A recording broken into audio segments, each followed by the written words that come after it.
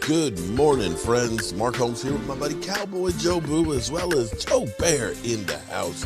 And as always, I want to thank you all for watching, commenting, subscribing, and being part of the Joe Boo Sports Report. Without you guys, as well as you ladies, you know that this literally does not work. So let's get open and let's wake up those football gods this morning.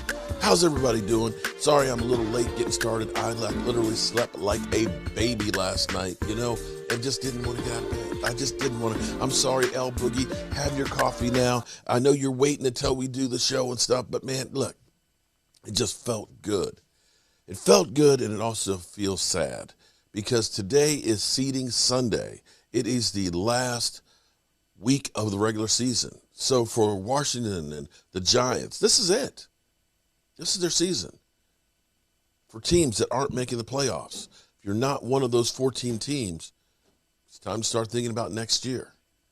For coaches, some of these coaches, it's time to think, will I have a job next year? Will I be canned? For coordinators, am I going to get one of them head coaching jobs? We know Kellen Moore, Friday night, interviewed for the Jags. No word of how that went. But for the Cowboys, we are done. We get an extra day to get ready for the playoffs. We actually have a little bit of an advantage from the NFL. Playing on Saturday, we can watch and scout the other teams. Because here's the thing, we don't know for sure who we're going to face. It could be the Cardinals. Right now, we're the 4th seed. We take on the 5th seed. The Cardinals, who are taking on the Seattle Seahawks.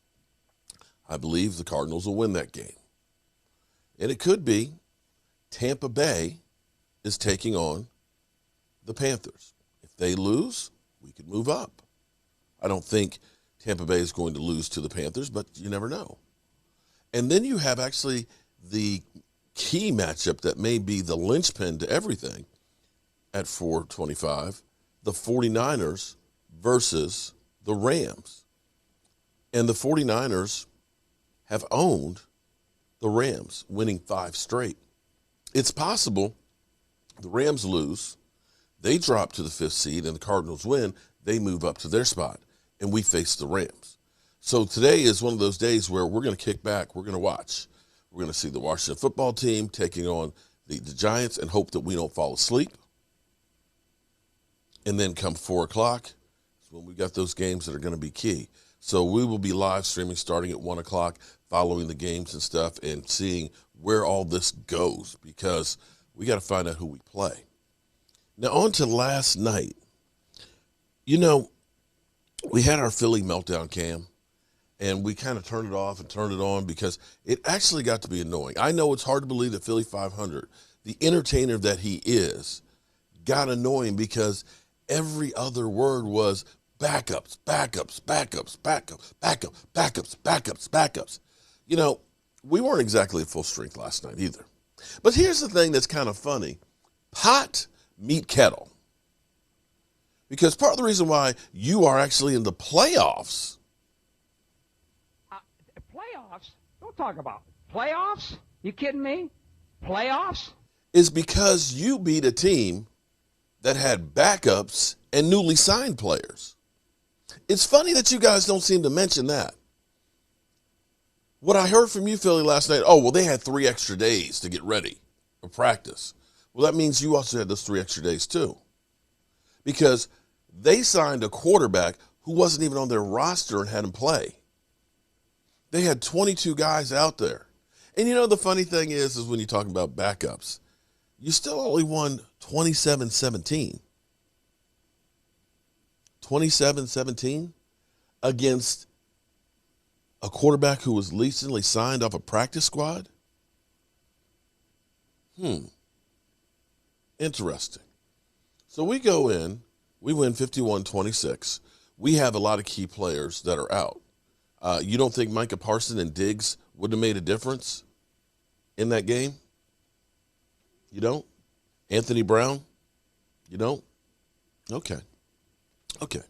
And I dare say that I believe the Eagles are more dangerous with Minshew as a quarterback than Hurts because it opens up the offense because they pass more. Minshew was actually making the passes that I don't see Hurts making. But be that as it may, that's y'all's problem to deal with. On our side of the ball, I get it, and I agree. This was a scrimmage, a practice game. But the interesting thing about the Dallas Cowboys is they've been streaky. After a loss, they lost to Tampa Bay, they reeled off, 7 straight? 6 straight? After the Raiders game, ran off 4 games. After the Cardinals, we've run off 1 straight. Let's see if we can run off 4 straight. The Cowboys have been streaky after a bad loss.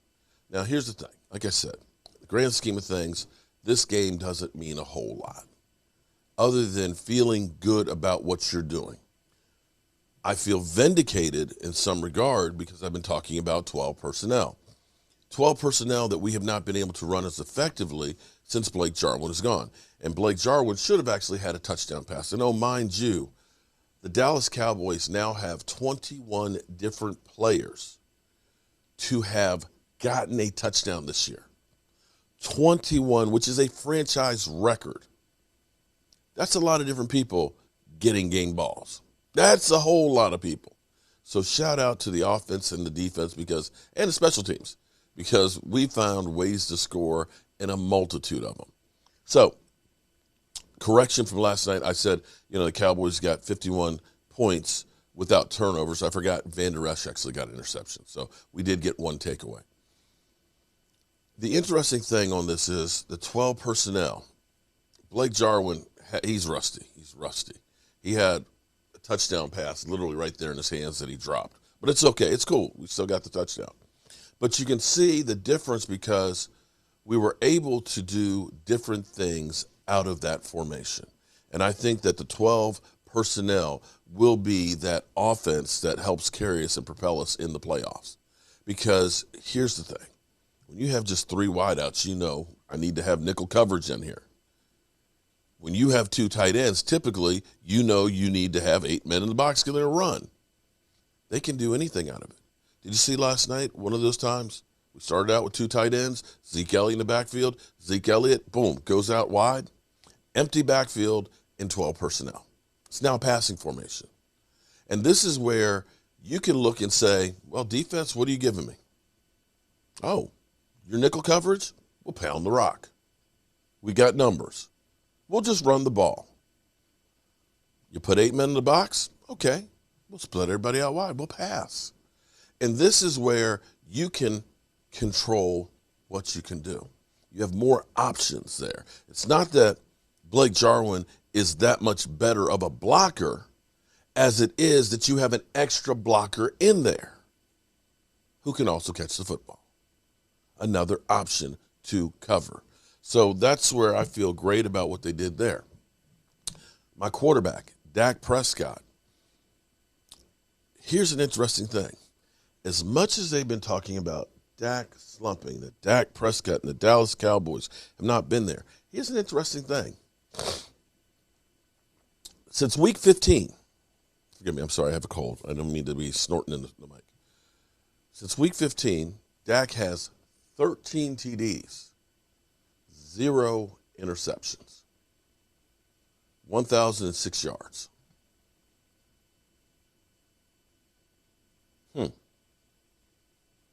13 TDs, 0 interceptions, 106 yards. Guys, that's not good? Okay. Last night, with the 5 TDs, Dak Prescott passed Tony Romo's record of 36 touchdowns in a season.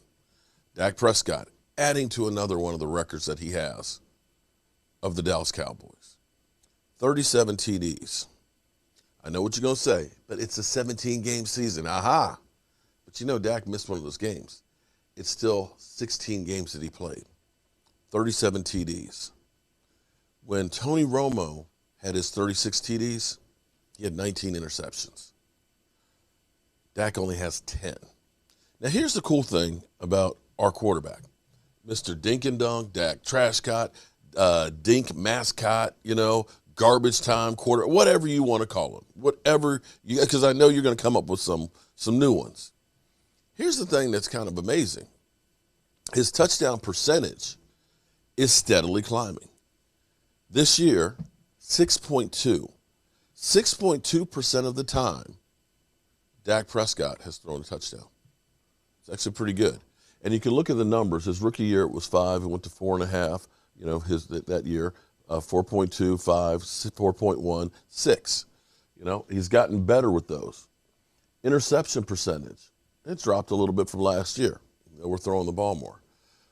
Yardage-wise, this is the second most he's had in his career, 44,449 yards, still really good.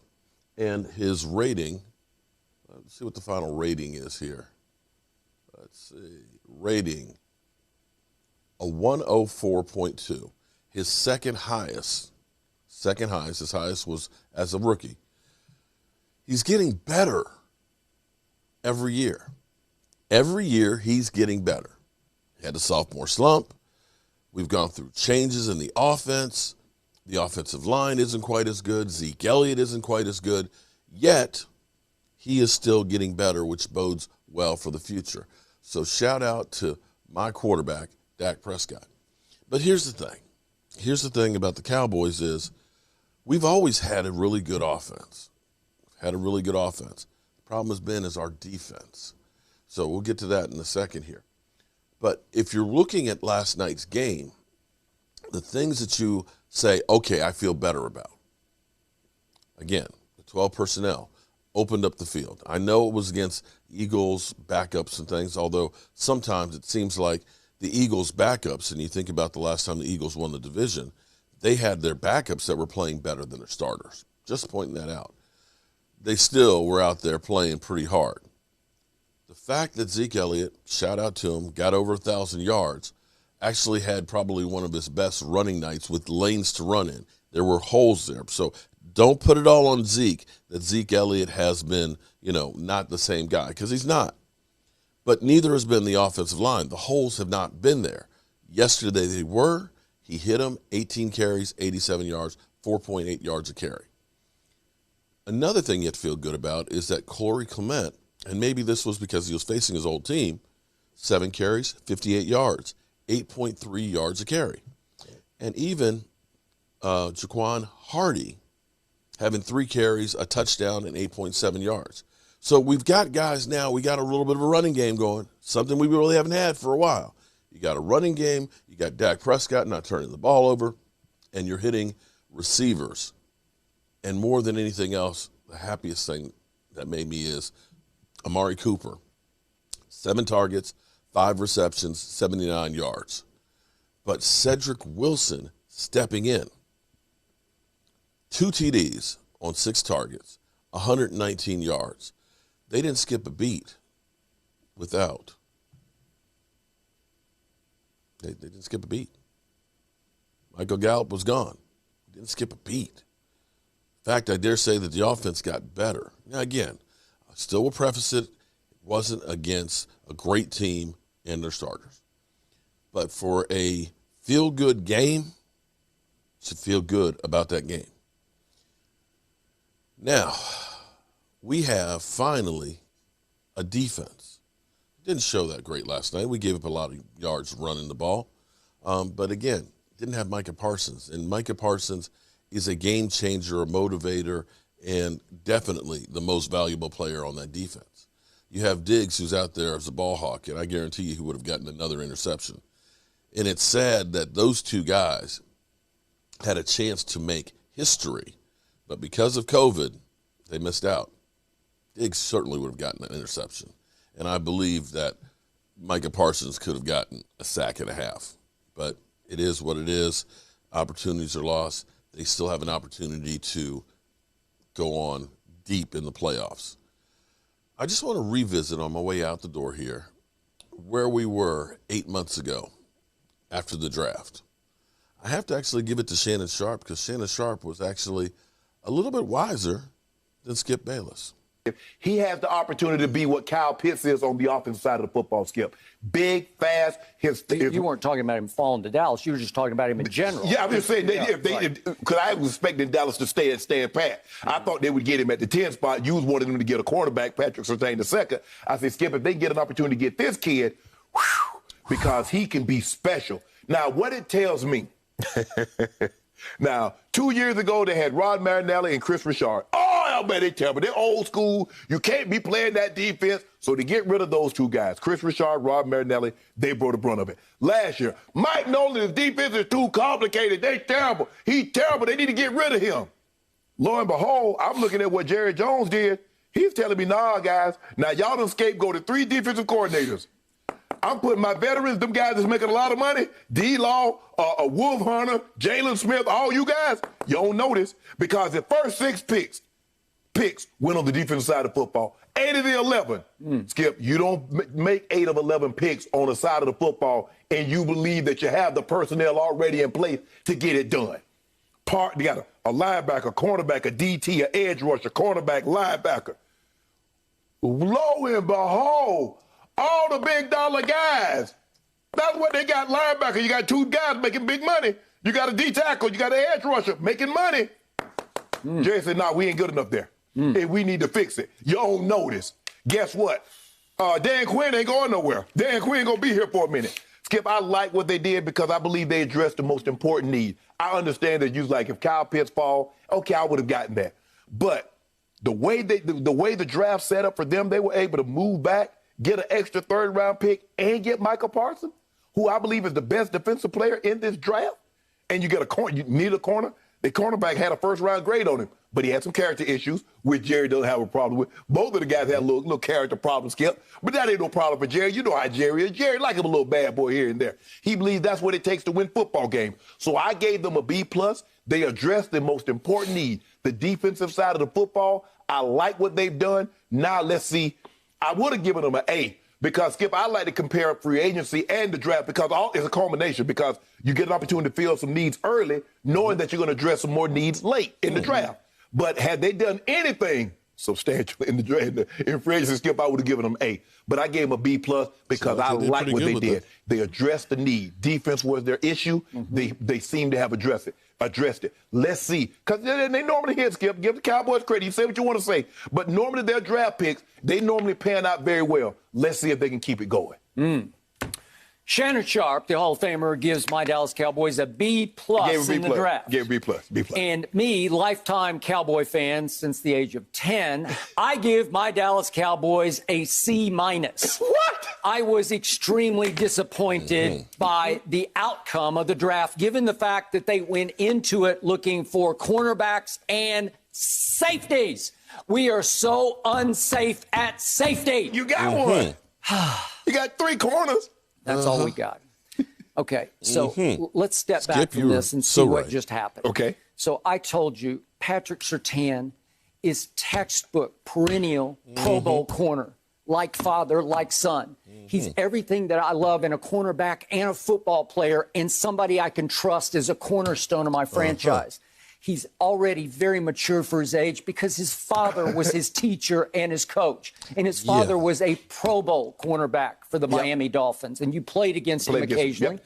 And it was on a silver platter, and your Denver Broncos swiped him at 9 right out from under us. But the problem was that, thanks to Dan Quinn, I think they were already targeting J.C. Horn, who went 8th. So actually, the Carolina Panthers had saved Dan Quinn from himself at 8 by taking the player I believe they had targeted. And I'll take Patrick Surtain over J.C. Horn any day, night, or week. Okay. And we'll see how that plays out. C-. But remember, Dan Quinn is best friends with Will Muschamp, who was the coach at South Carolina for a little while last year until they fell apart at 2-5 and he got fired at midseason. Right. Dan Quinn went 0-5 last year as the head coach of the Atlanta Falcons, and he got fired at mid-season, not even to mid-season of the NFL season, thanks to losing to Dallas 40-39 when they were ahead 29-10 at halftime. And Dan Quinn oversaw the 5th worst pass defense in the history of the National Football League. And now it appears to me, He's your D coordinator now. Not only is my D coordinator, I think he's now my unofficial new head coach. I believe that Dan Quinn ran this draft from start to finish. And by the way, did you see what the new characteristic was with every player they picked? Arm length. Everything was about arm length. So if you can tell me that my defense is soon to be nicknamed the long arm of the law, you got me. You got me. But what does arm length exactly have to do? See, he's stuck with. He looks back on what he had at the Legion of Boom that he inherited. Right. It wasn't like he picked those players. Exactly. But he had Richard Sherman, and he had Cam Chancellor, Brandon Browner. And Brandon Browner. And they're long corners. Right. They're tallish. Yes. They're not gigantically tall, but they're long-arm corners. And somehow, they could also play football. Right. They had great instincts. Right. Richard Sherman is a gifted football player. Right. You know it, and I know it. Yeah. He has a nose for the ball hawk, and he has great instincts. And they were in the perfect system, and he had 2 of the best safeties in the history of the league behind him. Okay, I get that. But don't tell me that arm length is going to suddenly turn my defense around. And seriously, if you look at every one of these, they're long, tall. I'm talking about everybody they picked has long arms. Well, great. Okay, so let's get back to Michael Parsons. So they take him 12th overall. And again, I told you, I watched him a lot. Number 11, he leaped off my screen. He opted out last year, but I watched him 2 years ago at Penn State. He was everywhere wreaking havoc. They didn't ask him to play any kind of scheme. He just saw ball, attack ball. That's what play football, son. That's what he did. So the point is, he dropped because he has some character issues. I got it. Yeah. He also, I watched his whole introductory press session. He's got ego issues. And let me tell you, what scares me to death, I know Dallas, Texas. I lived there a long time, and I wrote 3 books on the Dallas Cowboys. It can be Sin City for young Dallas Cowboys who suddenly get paid. Okay, I just play that. People will say, why do you listen to those guys? Because it's actually comical when you hear some of the things that they put out there, and they're supposed to be the experts. They're supposed to be the ones that know everything and have it right. They're supposed to be the ones that have the credibility. And you can hear, you hear how he literally said Dan Quinn, the worst coach. Now we're bringing in players from Atlanta. The length, what is this length situation? Well, apparently, maybe it was Dan Quinn taking those players and elevating them to new heights. Because we've seen a lot of teams with great players. We've seen teams that you look at and say, oh my God, this is the dream team. But if you don't have somebody who has the mind to put them in a position to succeed, then it doesn't work. And so as we look at this, you can't go through with the Dallas Cowboys defense and say that, well, they had all these great players like the Cam Chancellors and the Richard Shermans and things. We didn't have that. If you went through before the season and said, with the guys that we had, how many of you guys would make a trade for players that we had on that defense? How many of you think would be traded for? Probably not. Probably not very many, if any. But here we are, a defense that's number 1 at taking away the football, a defense that was knocking people out, a defense that has totally changed the Dallas Cowboys and gives me hope going into next weekend, having a defense that I'm not as scared if Aaron Rodgers has the ball, thinking that Aaron Rodgers is going to have 6, 7, 8 seconds to find somebody open. I feel like my defense can be the difference maker this year. And with that being said, I'm going to go do a little bit of work here. We're only 2 hours away from kickoff. Man, I am really behind today. So you know how we roll. Our coach here, and as always, I want to thank you all for watching, commenting, subscribing, and being part of the Joe for the Sports Report.